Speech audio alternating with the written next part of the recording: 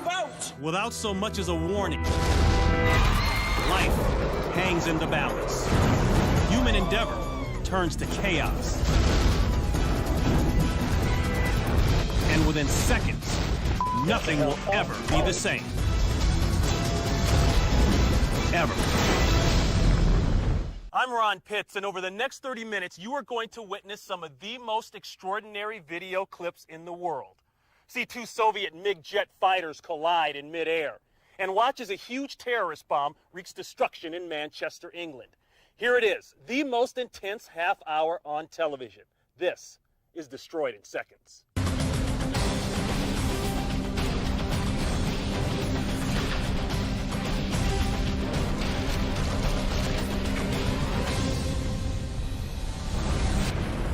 July 24th, 1993. It's the 75th anniversary of the British Royal Air Force, and over 150,000 people partake in the festivities. Planes from all over the world join the air show celebration. But the most anticipated performers are the rarely seen Soviet MiG-29s. For years, these top-secret fighters were the centerpiece of the Soviet Air Force. Now they're on display for the world to see. And to make sure the show is truly spectacular, the Soviets put their two best test pilots behind the controls. But that's no guarantee that their performance will be flawless. The two pilots engage in a series of high-speed crossover maneuvers. But on the last one, they lose sight of each other. And a split second later, at over 300 miles per hour, disaster.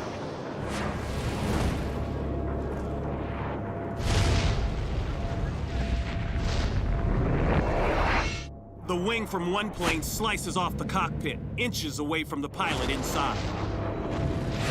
An instant after the two planes collide, both pilots can be seen ejecting. Moments after their feet touch the ground, the unharmed but shocked pilots take their near-death accident in stride. From this angle, it's clear that the pilot flying horizontally had no chance of seeing the other jet before it sliced his plane in two.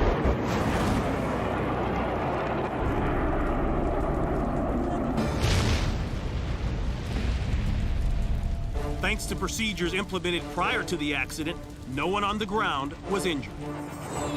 And because of the rigorous training and lightning-fast reflexes of the Soviet military pilots, they were able to eject in the nick of time.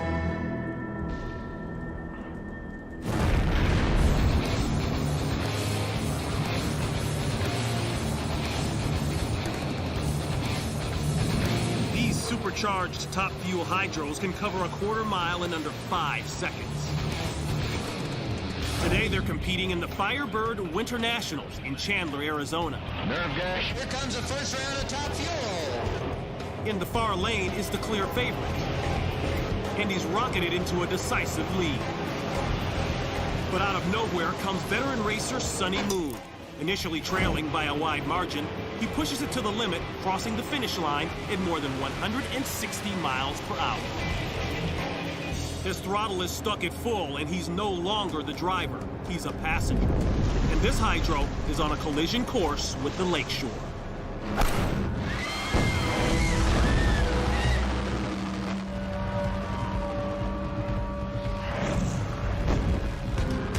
When the boat hits the beach, it's launched 3 stories into the air and goes ripping straight through the power lines, causing a total loss of power to the surrounding areas.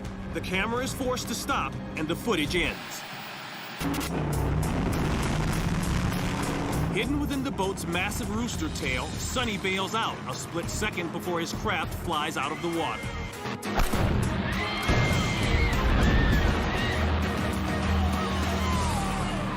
Had he not been able to escape, this disaster would surely have been fatal. Early morning, June 15th, 1996. A 7.5-ton cargo van is parked in the Arndale shopping district of Manchester, England. At 10 a.m., a local television station receives a warning telephone call, which contains a recognized IRA code word. The British Army's bomb disposal experts use a remote-controlled robotic device to examine the suspect truck, while the police rush to evacuate nearly 80,000 Saturday shoppers from the city center. Leave this area, go down to Oxford Road. Suddenly, a bomb containing 3,300 pounds of explosives is detonated. A giant pillar of smoke dwarfs an adjacent 25-story high-rise. The blast is audible over 8 miles away.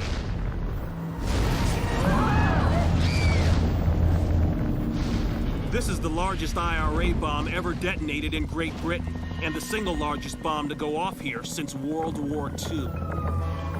In the explosion's aftermath, firefighters battled 20 additional fires. The devastation is absolute. Windows are blown out up to a half-mile away. Damage from the blast is widespread and cost the city an estimated £411 million.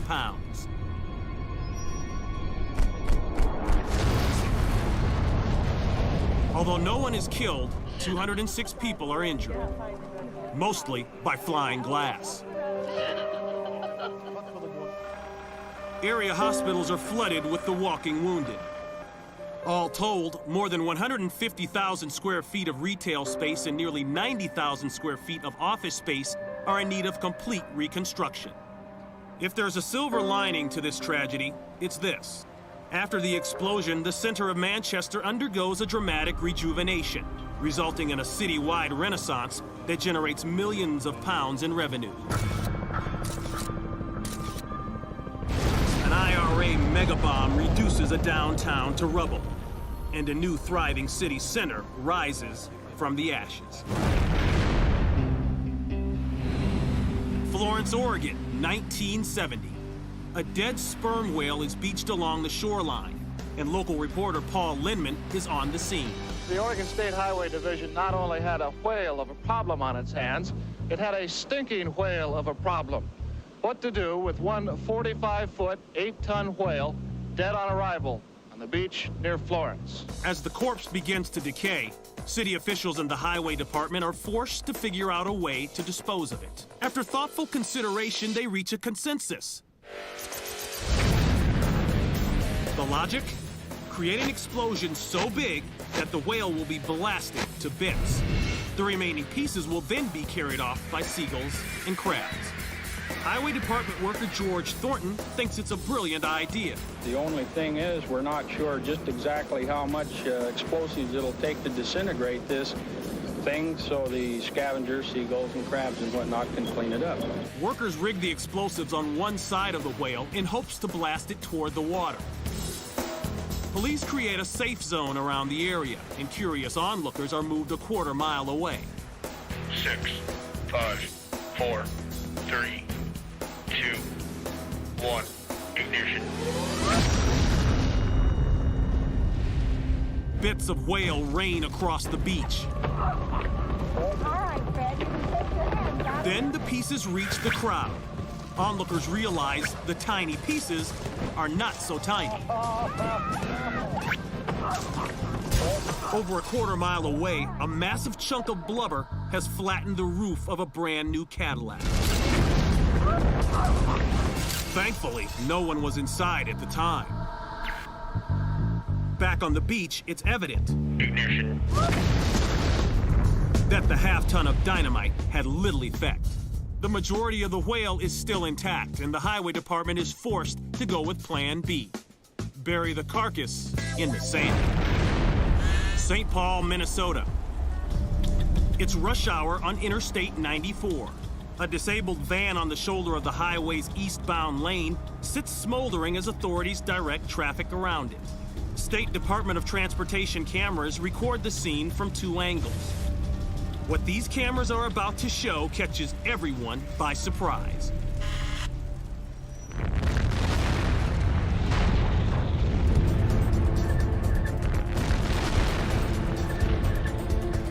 The blast is so strong, it shakes the traffic cam.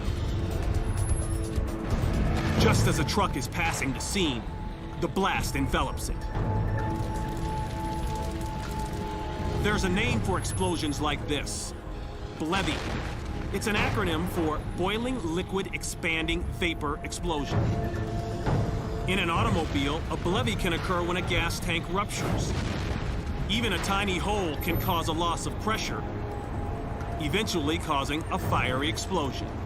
Thanks to the traffic control, no one on the ground was hurt, including the truck driver, who made it through the flames unscathed. Carrizo Gorge, California, 70 miles east of San Diego. Miles Todd and two friends ride this narrow pass. There's no margin for error here at Carrizo.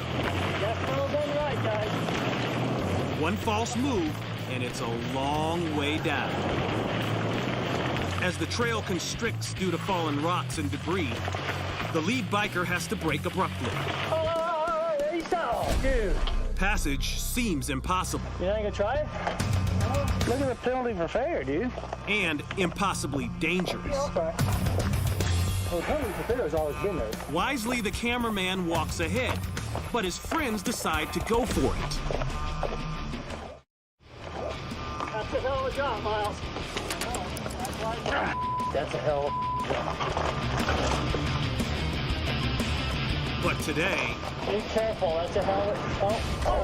Oh. tumbling helplessly downward, Miles Todd cries out in pain.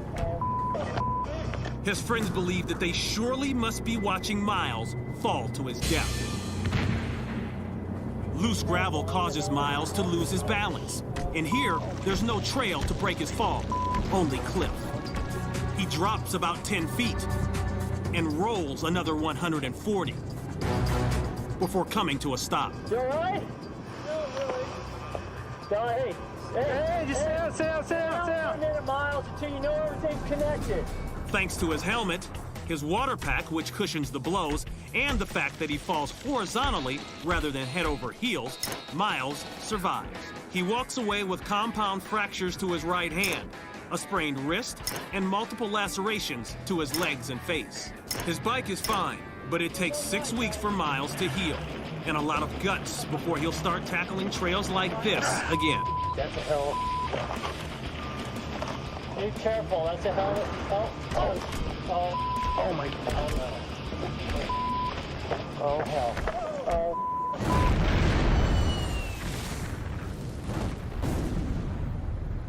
There is nothing more chilling than the sight of an airliner exploding. But NASA and the FAA believe in order to prevent an accidental disaster, you have to create an intentional one. In the name of science, the two agencies teamed up to demolish a Boeing 720. The goal is to gather crucial information that will lead to safer air travel. To make sure that the test is comprehensive as possible, they set up a runway to ensure total devastation. Railroad trap rocks cover the landing pad, so the sparks will fly when the plane's belly skids across the tarmac. Next, jagged barriers are cemented into the runway in an effort to shear off the wings, cut fuel lines, and tear through engines. Lastly, the fuel tanks are filled to capacity. Pilots, via remote control, take the unmanned plane up to 2,300 feet and then bring it in for a crash landing.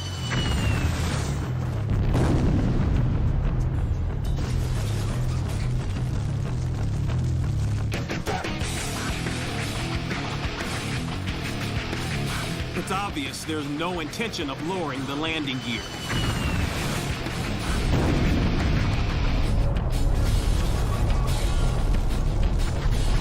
A second angle shows the wing cutter ripping through one of the engines and igniting the jet fuel. The flames are so intense, the camera mounted on the tail section fries. But inside the fuselage, the crash test dummies are just rattled around. Amazingly, the flames and smoke are unable to penetrate the fuselage. Outside, the plane is a raging ball of fire. A fire that's allowed to burn for well over an hour. When the smoke finally clears, scientists gather vital information that will be used for generations.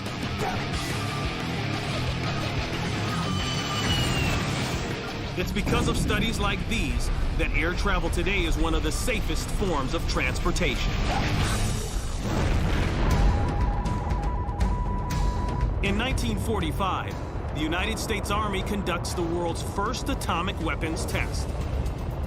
Between 1951 and 1992, 928 tests are conducted at the military's Nevada test site.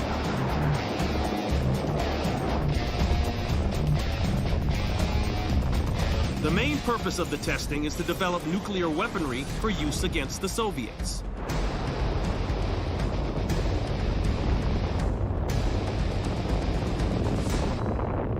The life and security of all freedom-loving people will be in danger.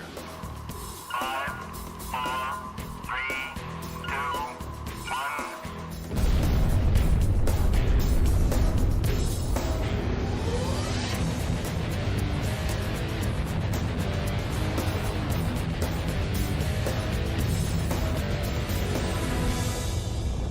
In Las Vegas, tourists book high-rise hotel rooms in hopes of getting the best possible view of the mushroom clouds. Civilians and soldiers alike are assured that if they take a few simple precautions, there will be little or no health risk. Don't worry about yourselves. As far as the test is concerned, you'll be okay.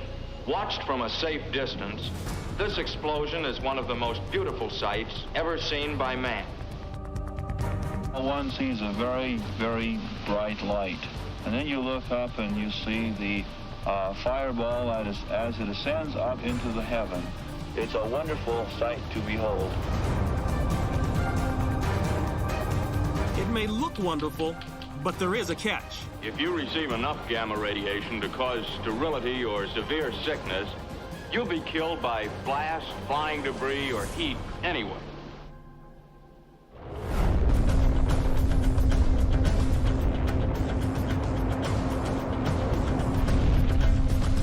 I got a mouthful on the face while the germs. Fallout from these tests may be the cause of nearly 75,000 cases of thyroid cancer in Arizona, Utah, and Nevada. Well, that's the story. The United States conducted its last above-ground test in 1962. 30 years later, in 1992, the United States conducted its final nuclear test. Albuquerque, New Mexico. It's the International Balloon Fiesta, and more than 700 balloons from all over the world are participating. These hot air balloons come in all shapes and all sizes.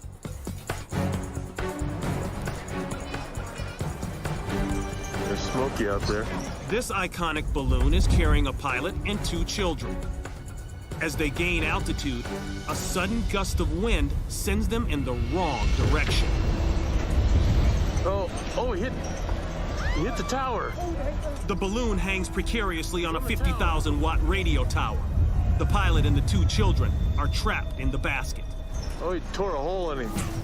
Moments later, a rescue helicopter arrives on the scene. But the rescue is ruled out for fear that the rotor blades could strike the tower. Oh, I hope that thing don't rip and let the basket fall. It's a long ways to the ground.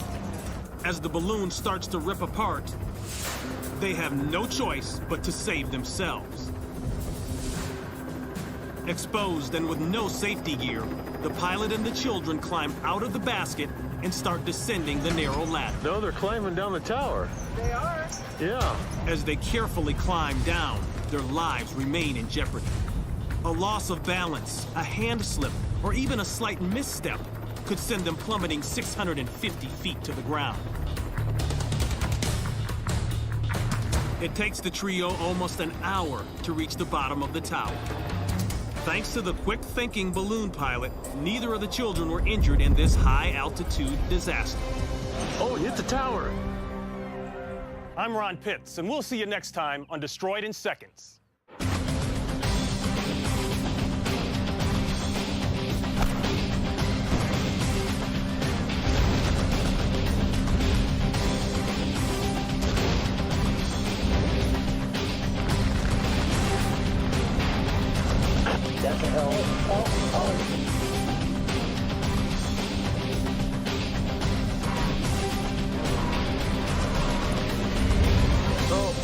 hit the tower.